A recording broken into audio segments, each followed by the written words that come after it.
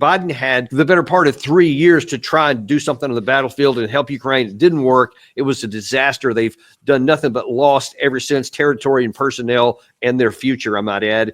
But now here comes Trump, who was elected on a demand by the people, and he ran on that he was going to end the war. So rationally, politically, you would say, all right, let's start working together seamlessly for this transition. So on January 20th, the United States itself is on a similar course. And yet we still seem to be missing something because we have allowed the weapon to be used again, despite what's already known there. How do you explain that?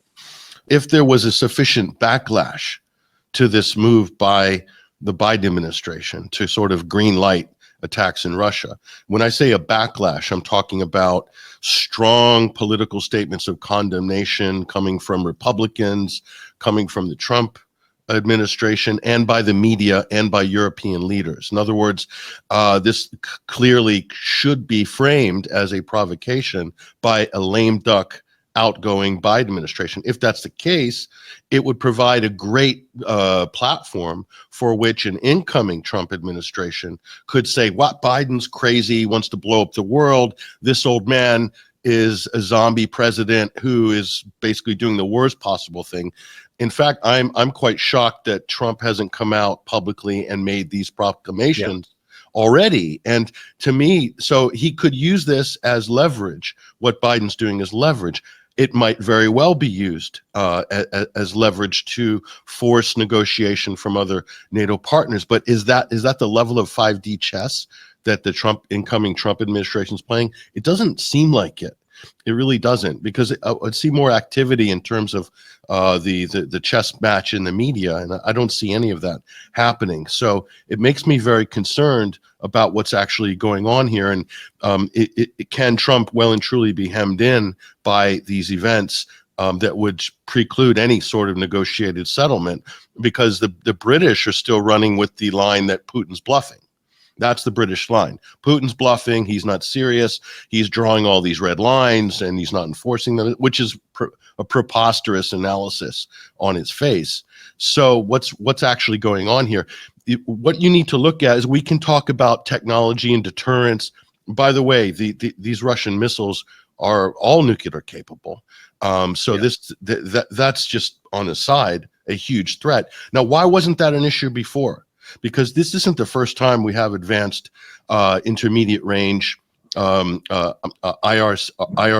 or ICBM missiles. These have existed, and on the West we have the Trident system as well, and Russia has other systems that have been operational. Because before, there were non-proliferation and anti-ballistic missile treaties in place, multiple treaties that were designed to prevent the type of international stress to the international system that we're now facing. And each one of those treaties has, in some cases, been unilaterally withdrawn from by the United States. The Trump administration, I believe, withdrew from the INF treaty in 2019. So, and this brings us to some other important questions. I mean, I don't want to go on too much of a critique of the Trump administration here, the first Trump administration, but the brand that Trump got elected, and he has a mandate. Trump has a mandate with the American people that the American people do not want to see this Ukraine situation go any further. They want to wind it down. They want peace. But with that mandate, you also, the brand of Trump being a peace president, if you look at some of the things that were done in the first Trump administration, let's be very honest, a lot of them have brought us to the crisis point that we have now, withdrawing from the INF treaty, dismantling the JCPOA treaty that put Iran into a nuclear threshold position. People will argue that the Abraham Accords were the pretext for October 7th, the reaction by the Palestinian liberation and militants and Hamas and etc. On October 7th. So that's a legitimate critique, in my opinion, and needs to be looked at, because you have a lot of hawks in the incoming Trump transition team. Marco Rubio is not a peacenik, and he's the Secretary of State candidate. He's called Russia a country that's a gas station with nukes. I mean, that John McCain trope. So these are not, in my opinion, these are not people who have a really serious viewpoint of international relations and appreciate the sensitivity of the environment that they're walking into. So let me ask you, what do you think is the Biden administration's intent or purpose? Anything you do has to have some sort of a purpose or an end state. You want to achieve something or so. Now, in addition to what Biden has done by allowing these missiles to be used, and then that was followed in suit by both Great Britain and France, has now said the same thing. Great Britain and France, by the way, adding to what you said a second ago, are also openly talking about maybe putting troops in Western Ukraine. So I've got to ask, what in the hell is going on with these three people, Biden, Keir Starmer, and Macron? What is their objective here? And do you think they're actually, talking about all this stuff together? Well, look, let's just preface this by saying that the European leadership, I'm not talking about the people of Europe, the European leadership are so deeply invested in this proxy war against Russia in Ukraine, because that's exactly what it is. There's still people denying that that's what it is, but that's exactly what it is. So Emmanuel Macron, the last 2 or 3 British prime ministers, they've had so many in recent years, but the latest one as well is deeply invested in this war narrative with Russia, that we need to stop Russian aggression, because if Putin has its way, they're doing the old communist domino theory, which is that, if Ukraine falls or Putin's, not even if Putin overruns Ukraine, but if he's seen to have won, i.e. Russia enters into a negotiated settlement with Ukraine and Europe and is seen to have gained something from it, then that's the equivalent of a defeat. Ergo, it's encouraging him to overrun Europe and march all the way to Calais in the English Channel, which is completely ridiculous.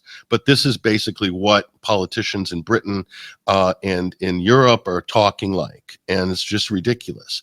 So I think that's the biggest problem, is these people have staked their political careers, they've staked the entire their institutions they've gambled everything on Ukraine.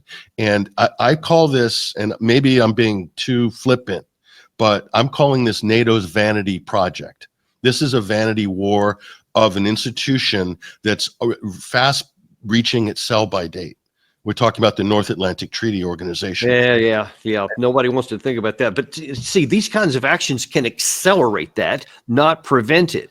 And, it's one thing to have a desired outcome. I'm invested in something, whatever. But there has to come a point to where you acknowledge that there are limits to your desires, and they run against a concrete reality. And Putin is doing everything he can to try to show where that concrete wall is. Here's what he said. This was not a one-time missile. We actually have more. Ракетная система «Орешник» — это не просто эффективное гиперзвуковое оружие. В силу своей ударной мощи, особенно при массированном групповом применении, да еще и в сочетании с другими высокоточными дальнобойными системами, которые также есть у России, результаты ее использования по объектам противника будут сопоставимы по эффекту, по своему могуществу с оружием стратегического назначения. Хотя по факту система «Орешник» стратегическим оружием не является, во всяком случае, это межконтинентальная баллистическая ракета. They're continuing to say, hey, there's more of these coming. This was not one time. We have additional weapon systems, and even more than just however many Oreshniks they actually have, that there's more to come. Now, that's compounded by, in our previous show, I won't go through all those things again, but Julian Rupka, one of the most honest, I think, pro-Ukrainian but honest reporters out there on his Twitter feed. He actually put something today, a show out there where he graphically depicts how the Eastern Front and the Northern Front in the Ukraine side is crumbling and collapsing fast. By the week now, large numbers of square kilometers are going. The Ukraine side doesn't have enough men. So literally everywhere you want to look, from tactical, operational, and strategic, this thing is falling apart. So wouldn't it be in the interest of the Europeans to try to put the lipstick on a pig, if you want, to end this, as opposed to pretending none of those things exist and potentially running headlong into a brick wall? No, there's a lot of good reasons not to escalate. Unfortunately, there's this thing called the bandwagon effect in the international relations system, and Europe is so much on the bandwagon regarding NATO. It's a U.S.-led and a British-led bandwagon. You know, what's funny is I was just in Central Europe this past week, and even speaking to some of the top ranking commanders in the Hungarian military and their foreign ministry, and they're not hawkish at all on Ukraine. They want to see the consensus is they want to see a ceasefire. They share a border with Ukraine. And it's funny, Daniel, the further you get away from the front line, the more hawkish the rhetoric. That everybody, Slovakia, Hungary, everybody who stands to lose the most from an expanded conflict is less hawkish. In Poland, the national conversation is changing rapidly. The hawkish rhetoric coming out of the Polish political establishment and so forth, it's dialed down significantly from where it was even a year ago. The real dilemmas, though, is we're stuck in a huge rut. There's a treaty dilemma. All of these lapsed agreements, the ABM agreement, the INF, the Open Skies, and the list goes on and on, the New START treaty. All of these lapsed agreements have created an environment of potential chaos where things can happen. And once things escalate, then once things cascade, you can't turn back the clock. Russia's operating on a dead hand system regarding nuclear exchange. So it's a foregone conclusion what's going to happen. I know Scott Ritter and other people in independent media have talked about the threat of this. We have the treaty dilemma. We have the diplomacy dilemma. There's no diplomacy going on. We have the censorship dilemma. The West has censored out all Russian media and statements by Russian officials.